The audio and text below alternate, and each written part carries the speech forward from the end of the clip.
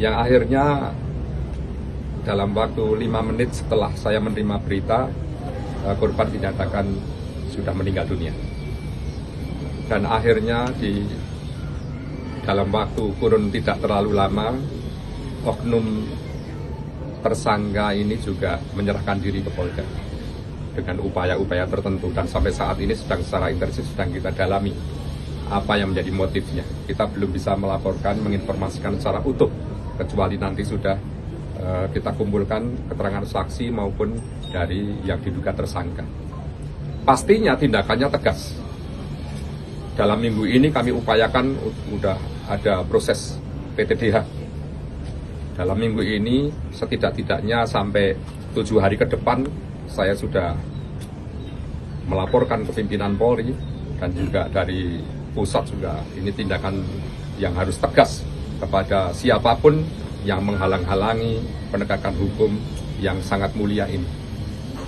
Kemudian tentunya kami juga memohon kepada media di dalam konteks penulisan berita tidak terlalu dibesar-besarkan sebagaimana yang pagi ini juga sudah muncul di pemberitaan. Tetapi yang dimaksud pimpinan menghabisi itu juga siapa? Tapi saya sampaikan di sini bahwa memang di satu Polres, di satu satuan sebenarnya antara aparat penegak hukum dalam hal ini seorang Kasat memang sangat dekat dengan seorang Kabak karena bagian dari struktur organisasi. Tetapi apapun yang terjadi, pendalaman masih kami lakukan secara umum. Secara khusus kita belum bisa mendetailkan misalnya ada bagaimana kausalitas dan hubungan secara individual antara korban dengan pelaku. Ini juga masih kami dalami. Seorang yatim dan bapaknya sudah meninggal sejak kecil dan beliau hanya diasuh ibu, dan pastinya karirnya sangat bagus karena dari perjalanan karirnya sangat hebat.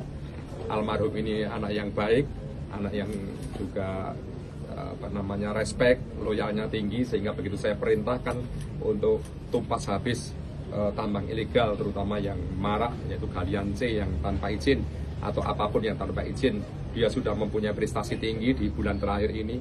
Laporan hasilnya juga sudah ada pada kami. Apresiasi kepada yang bersangkutan juga sudah kami lakukan. Ya, seperti itu kira-kira. Jenderal, apakah pelaku itu membacking tambang ilegal atau bagaimana, Jenderal? Kalau kami terlalu prematur menyampaikan itu karena hubungan kedua perwira ini juga masih kami dalami seperti apa selama ini.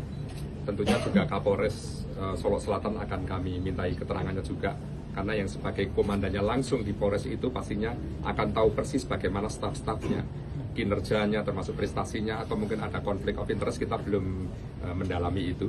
Ya, pastinya dalam proses pendalaman ini mohon waktu untuk kami nanti infokan selanjutnya. Sudah berapa orang diperiksa, Pak? Kalau diperiksa sudah 5 orang yang pagi ini. Ya, di antaranya adalah 2 orang yang bersama Pak Kasat tadi dini hari itu yang bersama-sama memproses dugaan terjadinya galian sirtu yang ilegal, galian C yang ilegal, dan juga termasuk saksi yang lain.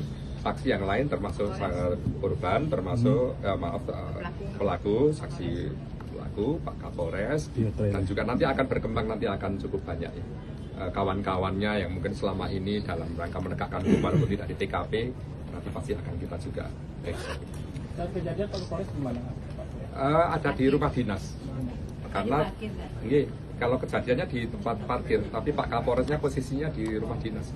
Karena saat tadi pagi beliau melapor ke saya, Pak Kapolres jam 12.30, itu seperempat saat setelah info kejadian, pasti kan ada yang melapor ke Pak Kapolres. Pak Kapolres langsung menghubungi saya. Dan sampai pagi ini, sampai hari ini juga saya mengikuti terus perkembangannya. Sehingga kita memang di samping itu kan kita juga akan meng-clearkan manakala ada info-info yang mungkin tidak benar. Termasuk rilis hari ini, saat ini, mungkin nanti ada rilis selanjutnya setelah pendalaman. Karena kita waktunya sangat mendesak, kita akan upacara pelepasan.